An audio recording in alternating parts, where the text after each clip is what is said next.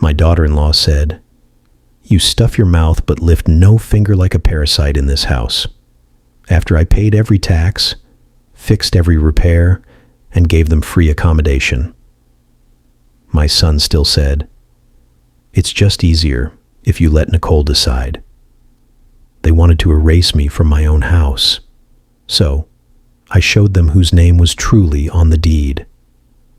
The morning light filtered gently through the faded floral curtains, spreading a soft glow across my kitchen.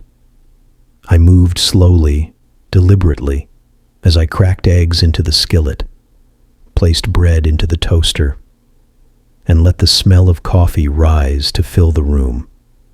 This was my rhythm, a ritual that had carried me through widowerhood, through lonely evenings, and now through mornings in which I was no longer seen as the heart of this home. Nicole entered without a word of greeting, her eyes fixed on the glowing screen of her phone. Her voice, sharp as a blade, cut through the kitchen's calm. "You stuff your mouth, but lift no finger like a parasite in this house." For a moment, the sound of sizzling eggs felt louder than her words, echoing in the silence that followed. I tightened my grip on the spatula, not from fear, but from the effort it took not to answer. My eyes stayed on the pan, though inside I felt her words searing me more deeply than any flame beneath the skillet. Kyle sat at the table, his laptop open, fingers tapping in a distracted rhythm. He looked up briefly, as though he might speak, but then lowered his eyes again, as if silence could shield him from the conflict, unfolding inches away. His quiet cut me more sharply than Nicole's insult. I placed the plate of eggs and toast in front of him. "Anyway, old habits die slowly." He murmured a thank you without lifting his gaze, the words hollow, an afterthought rather than gratitude. Then I felt a small tug at my shirt. Emerson, my granddaughter, wrapped her little arms around my waist, pressing her face into me as though to hide from the tension she could not yet name. Her innocence both soothed and broke me. She at least still saw me, still sought my warmth. I placed my hand gently on her head, steadying both of us. I moved to the sink, rinsing my ceramic mug beneath the steady stream of water.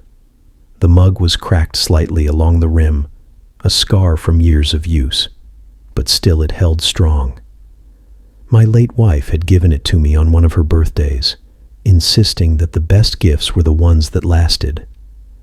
I looked at Nicole's back as she leaned against the counter, scrolling, sneering, as if the roof over her head had appeared by magic, as if the meals she ate and the warmth she enjoyed came without sacrifice. Kyle kept typing, pretending the house was not cracking beneath the weight of unspoken words. I did not reply to Nicole. My face remained calm, my movements precise, as though her insult had not lodged itself into my chest. But inside my voice grew sharper, stronger, no longer begging to be heard, but readying to be declared. I have given too much to be treated as nothing. I set the mug carefully on the counter and turned back to the room, silent, but a decision already beginning to form in my heart. After the plates were cleared and the kitchen returned to its silence, I slipped away. The living room greeted me with its familiar hush, the morning sun filtering through the blinds, streaking the carpet with golden stripes. On the coffee table lay a manila folder. I pulled it closer, its edges worn from years of being tucked away in the drawer beneath my books. The single word written on the front in my late wife's neat handwriting seemed almost to pulse at me. Deed. I sat down heavily on the sofa, the folder resting on my lap. For a long while I simply stared at it, my fingers tracing the crease. It was not merely paper. It was history. It was proof. It was my anchor. Slowly I opened it, the crisp rustle of pages echoing in the quiet room. Inside were the documents all in my name, not Kyle's, not Nicole's, mine. I looked around the room, the walls painted in warm beige, the old photographs lining the mantel. Every corner held a memory of sweat and sacrifice. I thought of the countless property tax bills I had paid on time.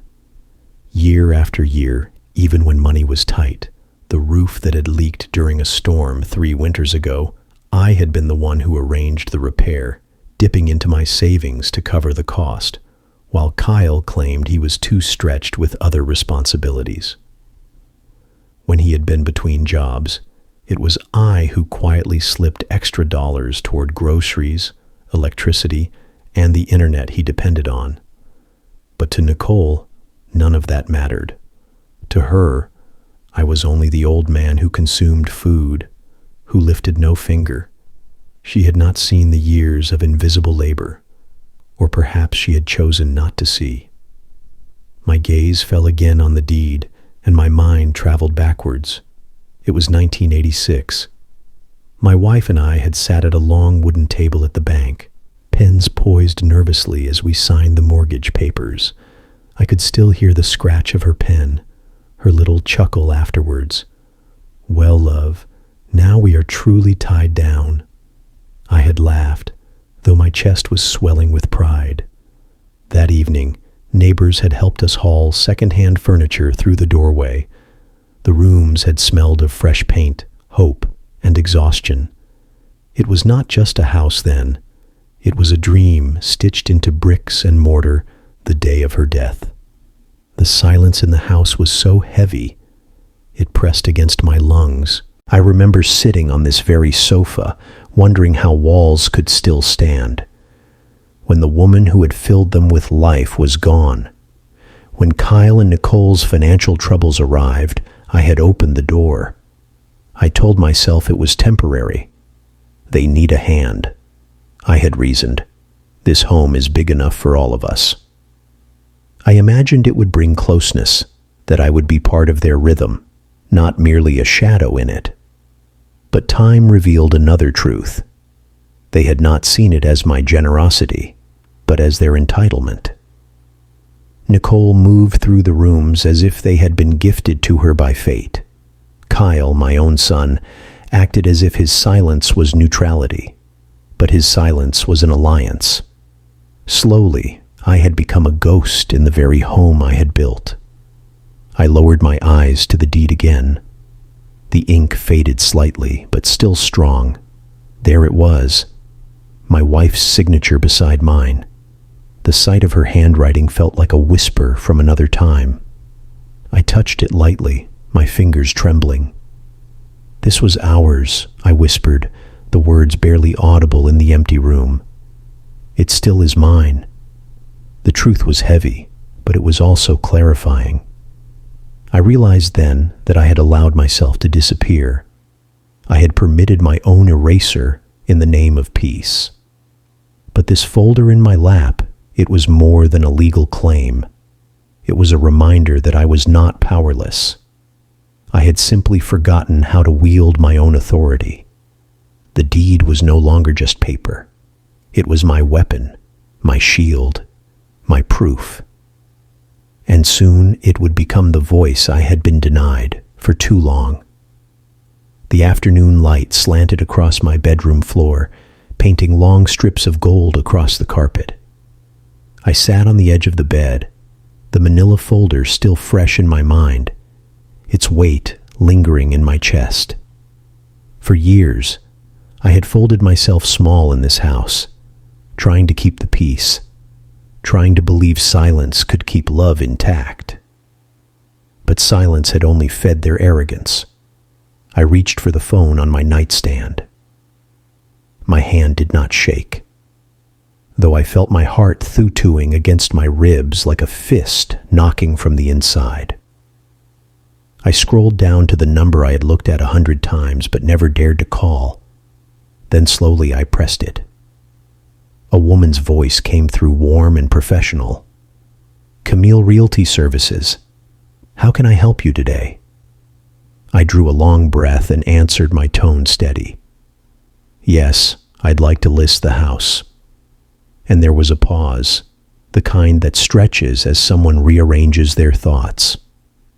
Then Camille spoke again, her voice softer. "Are you sure? Selling a family home isn't easy." My lips curved, not in a smile, but in the grim certainty of a wound that had healed wrong. "It's time." Her reply was practical. Brisk, she spoke of market value, appointments, paperwork. I listened. I agreed. But her words were only a hum in the background. For me, the decision had already been made long before the call. This was not about buyers or listings. This was about reclaiming a voice that had been smothered beneath years of entitlement. After I ended the call, I went to the closet. From the back, behind winter coats and boxes of forgotten linens, I pulled out an old suitcase. Its handle was worn, the zipper stubborn. I set it on the bed and opened it wide. I packed lightly, not as though I were leaving my life, but as though I were stepping aside, just long enough to watch it unfold. 2 shirts folded with care, my wife's sweater, still holding faint traces of the perfume she had once worn. And finally, my ceramic mug, cracked but unbroken, wrapped gently in a scarf. That mug had survived every season of my life, and it would survive this one too. The act of packing felt like rehearsal for a departure I had rehearsed in my heart many times. I did not plan to vanish, only to step away to stay with Margaret during the open house. Margaret, my old friend from church, who still laughed too loudly and baked pies that smelled of cinnamon and mercy. She would open her spare room to me without question. As I zipped the suitcase, doubts crept in like shadows at dusk. Would Kyle think me cruel? Would Emerson feel I had abandoned her? My chest tightened at the thought of her small arms around my waist, her trust in me unshaken, even when her parents' words turned bitter. But I forced myself to look at the truth squarely. Nicole would never learn gratitude if I continued to bend. Kyle would never learn strength if I continued to shield him. And Emerson would never learn respect if I allowed myself to be treated as invisible. Sometimes lessons are the only form of love that works. I placed the suitcase by the door and sat back down on the bed. The room was quiet, the air heavy, yet I felt lighter than I had in years. The betrayal that had once eaten at me was no longer an open wound. It was hardening, reshaping itself into resolve. The decision was not loud, it was not dramatic. It was quiet, deliberate, like the first step across a bridge. But I knew this. The house, the life, the respect that was mine, would no longer be stolen. Silently, Friday morning carried with it a strange stillness, the kind that hides before a storm. I had already polished the dining table and opened the curtains wide when Camille arrived, professional in her dark blazer, a neat camera bag slung over her shoulder. She greeted me with a smile, but her eyes, sharp and perceptive, lingered just long enough to suggest she understood. There was more to this than business. Nicole's heels clicked against the hardwood as she entered, phone in hand, her brows shot up. "Why is there a stranger with a camera in here?" Before I could answer, Kyle looked up from his laptop at the breakfast table. His voice was flat, dismissive, as though the whole matter bored him. Dad must be updating paperwork. Refinancing, maybe. I gave them both a vague smile, wrapping my words in softness so they could not pierce. "Just some options I'm considering," I said, as though the thought carried no weight at all. Camille moved through the house, snapping pictures of the sunlit living room, the neat bedrooms, the garden outside. I followed her, answering her quiet questions, while Nicole hovered, arms folded, suspicion sharp in her gaze. But she said nothing more. She thought I could see that this was another one of my little whims. By late afternoon, the truth stood in bold red and white in the front yard. The sign hammered into the soil was impossible to ignore. For sale. I stood at the window, watching as neighbors slowed their dog walks, pausing to read, to whisper. Phones buzzed across the street. Curtains shifted. Suburbia had always thrived on gossip, and I had just handed it a feast. Inside, I heard Nicole's voice rise suddenly, a ping on her phone, followed by a sharp intake of breath. I saw your house listed, moving. The message from her friend burned her cheeks crimson. Her embarrassment curdled into anger, and she stormed into the living room where I sat with a cup of tea, steam curling upward like smoke from a quiet fire. "What kind of joke is this?" she demanded, her words snapping through the air. I lifted the mug to my lips, the ceramic warm against my skin, and took my time before answering. "I'm exploring possibilities," I said evenly. She let out a bitter laugh, sharp and hollow. "Exploring possibilities. You're not thinking straight. You're senile. That's what this is." Her words carried the sting of dismissal, the kind meant to shrink me back into silence. But I did not shrink. I let her words fall between us like stones into water, rippling, but not sinking me. And in that silence, my mind betrayed me with memories. Nicole mocking my cooking not long after she moved in, wrinkling her nose at my stews and casseroles. So old-fashioned. No wonder Kyle never ate well growing up. I had laughed then too politely, though my hands had trembled at the sink. Then the day she redecorated the living room, pulling down my floral curtains without so much as a question, replacing them with gray panels she called modern. I had come home from the store to find the house altered. My home turned into something colder. No trace of me left. And the worst wound of all, being excluded from their family trips. They had gone to the mountains one winter, to the beach another summer. Each time I was left behind under the excuse of babysitting Emerson, while their laughter-filled photographs I was never meant to be part of. I had smiled in the pictures they showed me, but inside I had felt erased. Nicole stood before me now, her hands on her hips, certain of her place in the world, certain of her victory. But she did not know what I held in my heart. What folder lay safe in my room? What strength? I had quietly gathered. I sipped my tea slowly, my eyes steady on hers. My patience had been tested. Layer upon layer, chipped away until nothing was left but resolve. This was no joke, no whim, no senility. This was the beginning. The night had folded itself over the neighborhood, the houses glowing with the soft rectangles of television light. My own backyard was cloaked in stillness, broken only by the quiet rustle of leaves in the summer breeze. I knelt on the damp earth, pruning the roses, the faint scent of them, clinging to my hands. The garden had always been my sanctuary, the one place that did not shift with Nicole's moods or Kyle's silences. The soil responded only to patience, the blooms only to care. There were no raised voices here, no sneers, only persistence. As I clipped a stubborn branch, I remembered my wife's voice, gentle and steady, as if she were leaning over my shoulder. "Even now, this garden will outlive us both," she had once said, smiling as she pressed a seed into the soil.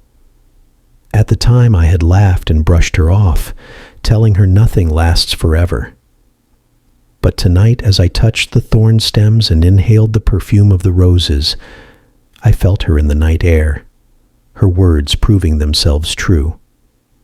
The garden had indeed outlived her, and in some way it had outlived me too, for I had become invisible inside the house. But out here, I was still myself from the kitchen window, faintly lit. I heard their voices. Nicole's sharp hiss, cutting through the walls like a blade. What if he's serious? Her fear was not of losing a home, but of losing face, of being humiliated before the friends who whispered and texted behind her back. Kyle's reply was softer, almost weary. He's just trying to scare us. Dad wouldn't actually go through with it. He wanted to believe in my weakness because it kept his own spine intact. To admit I was serious would mean admitting he had ignored me all along. Nicole's voice rose again, bitter, shrill. Do you know how this makes me look? People are asking me if we're moving. They're laughing. Kyle laughing at me. Her rage was about appearances, never about truth. I pressed my hand into the soil, grounding myself against their voices. They saw me not as the man who had built this home, but as an inconvenience. Nicole saw me as an obstacle to control. Kyle saw me as background noise, the wallpaper of his life, useful but unnoticed. Even Emerson's love could not mask the truth that in this house I had been diminished into a shadow. But out here in the garden, I was not a shadow. The roses stretched toward the moonlight, their roots deep, unmovable. They reminded me of what I had always known. Survival comes not from loudness, but from endurance. My wife had been right. The garden outlived us because it knew how to root itself, how to withstand storms. I bent low, whispering to the blossoms. My words carried away on the night breeze. Tomorrow, everything changes. The sentence felt heavier than the soil, heavier than the years of silence I had endured. My hands trembled slightly as I placed the pruning shears down, but it was not fear. It was anticipation. Tomorrow the open house would not only expose walls and rooms to strangers, it would expose the truth that had been buried beneath years of disrespect. I rose slowly, brushing the dirt from my knees, and looked toward the house. Its windows glowed faintly, a place of tension and unspoken bitterness. But the garden behind me stood serene, its roots strong, its blooms unbothered by human quarrels. The house could be sold, walls could be stripped, curtains replaced. But the garden, my garden, would always hold me, remind me of who I was. And unlike Nicole's shallow entitlement, unlike Kyle's silence, my presence here could not be erased. Sunday arrived with a sky so clear it almost mocked the storm brewing inside my walls. The morning sun poured over the street, catching on windshields as cars began to line the curb. Neighbors lingered at their fences, some with mugs in hand, pretending to be casual while their eyes stayed fixed on my yard. The red and white for sale signs seemed to burn brighter in the daylight, impossible to ignore. Camille arrived promptly, her presence composed and efficient. She carried a leather folder under her arm and wore a smile polished by years of open houses. "Welcome. Come in." She greeted the first couple who stepped up the path. "This is a beautifully cared for home." Her voice rang warm and professional, but to me it sounded like a hymn, a song of recognition for the care I had poured into this house, long before anyone else dared to claim it. One by one, potential buyers moved through the rooms. They admired the framed photographs in the living room, the polished dining table, the roses in the backyard. I watched from the hallway, listening as Camille's words painted me, not as a burden, but as a caretaker. "The owner has tended to everything," she said, gesturing to the spotless counters. "This is a house filled with history, but it's been maintained with great pride." Nicole's heels struck the floor like thunder. She pulled Kyle into the corner, her voice lowered, but frantic, sharp enough to slice through the hum of polite chatter. "He can't be serious," she hissed. Her face was blotched with anger. her phone clenched tight in her fist. Kyle rubbed his temples, his expression lost. A man caught between denial and dawning fear. "It's probably some mix-up," he muttered. He wouldn't really. But his voice lacked conviction, as if he was trying to convince himself more than anyone else. Nicole did not wait for proof. She stormed into the middle of Camille's tour, her voice rising above the polite murmur of buyers. "This isn't for sale," she snapped, gesturing toward me. "There's been a mistake. He doesn't know what he's doing." Heads turned. The air stilled. Camille blinked, caught between professionalism and confusion. But before she could answer, I stepped forward. My hands did not shake as I opened my folder and drew out the manila envelope. I placed the deed in Camille's hand, the papers crisp, the ink undeniable. "This," I said clearly, my voice carrying through the room, "is my decision." For a moment silence settled, broken only by the faint click of a camera as one buyer snapped a photo of the garden through the window. Then came the whispers, the exchanged glances. Neighbors pressed closer to each other at the doorway, their faces alight with curiosity, their murmurs like leaves rustling in a storm. Nicole flushed red, the color rising all the way to her hairline. She opened her mouth, but no words came. The embarrassment was too raw, too public. Kyle's face went pale, his lips parting as he looked at the papers in Camille's hands. For years he had assumed the house was his future, assumed his father's sacrifices were just duty, assumed he would inherit without ever asking. Now the truth stood bare in front of him, undeniable, and he looked smaller for it. I held myself tall, steady as the roses in my garden, while the world around me shifted. For the first time in years, I was not invisible.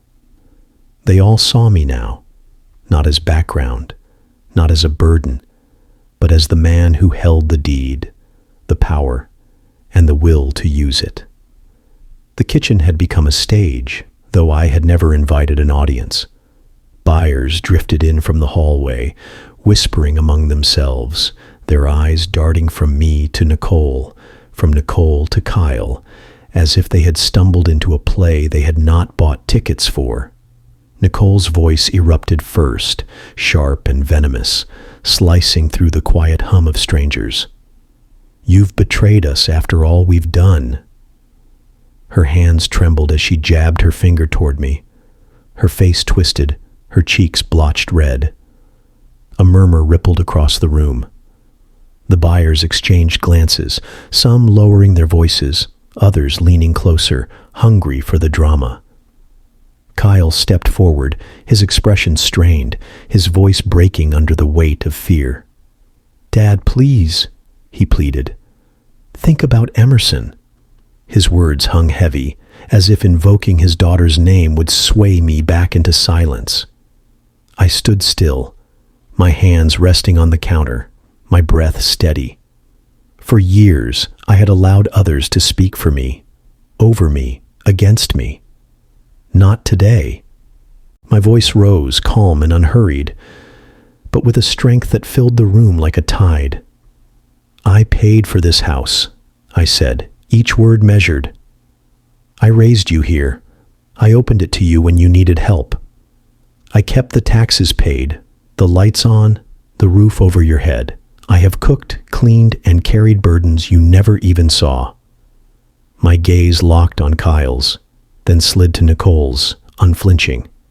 "And still, you called me a burden. But the truth is, you have been living on my generosity. And today, that ends." The words landed with a silence louder than any scream. Nicole's mouth opened, then closed again, her face contorted with fury. But no words came. For once, her sharp tongue failed her. The humiliation was public, inescapable.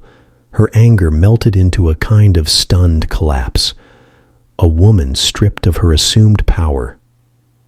Kyle's eyes were wide, his face pale, as if he were seeing me for the first time, not as the background of his life, but as its foundation. He looked as though the floor had shifted beneath him, his certainty crumbling like plaster. And then a small sound. Emerson, standing at the edge of the kitchen, her little hands twisting nervously. Her eyes were wide, fearful, and then she rushed forward, burying herself in my arms. I bent down to my knees, holding her close, her soft hair brushing my cheek. "You'll always have a place with me," I whispered, my voice low enough for her alone.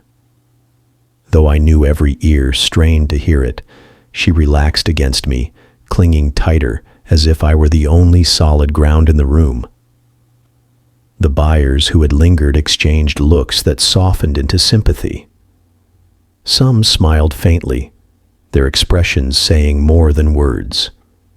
Could they saw me not as a bitter old man taking revenge, but as someone drawing a line after too many years of silence?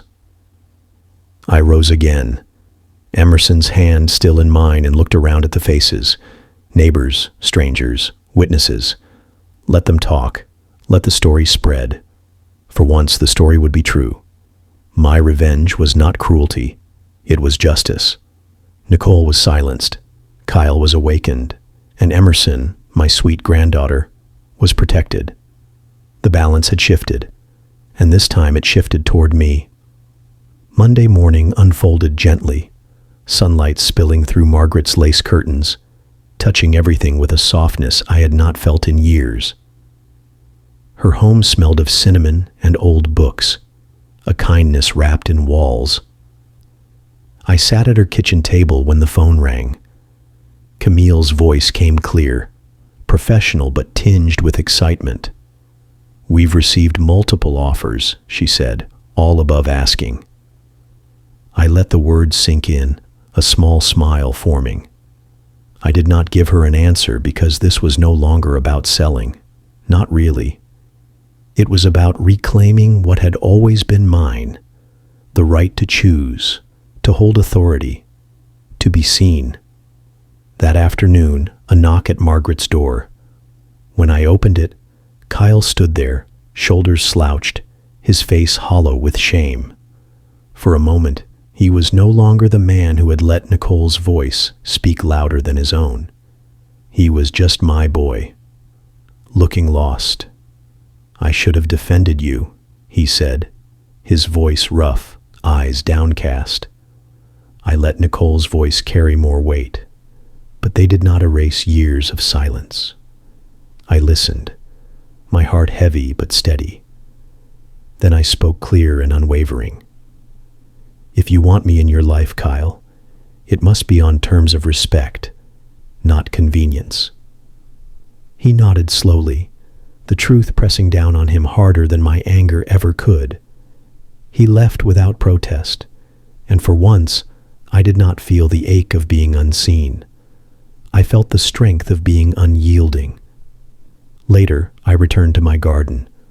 The roses greeted me in full bloom, their petals wide and fearless. I carried my ceramic mug, the small crack along its rim catching the light, a reminder of endurance. I bent to tend the soil, my hands steady, the earth cool and grounding. Then I stood and looked at the house, the same walls, the same roof, but no longer a burden pressing against my chest. Instead, I saw legacy built with love, preserved with sacrifice, defended at last. I raised the mug to my lips, the taste of coffee rich and warm, and whispered into the quiet air. The house was always mine. Now they know it too. All my life, I thought love meant silence, that keeping peace was the way to hold a family together. But silence can turn into erasure and generosity into entitlement if you allow others to forget your worth. Standing up for myself was not about anger. It was about reclaiming dignity that should never have been surrendered. If you are in a season where your sacrifices feel invisible, remember this. Respect is not asked for. It is enforced by the boundaries you set. If this speaks to you, tap like. Subscribe for more grandpa revenge stories. And tell me in the comments which moment made you feel strongest.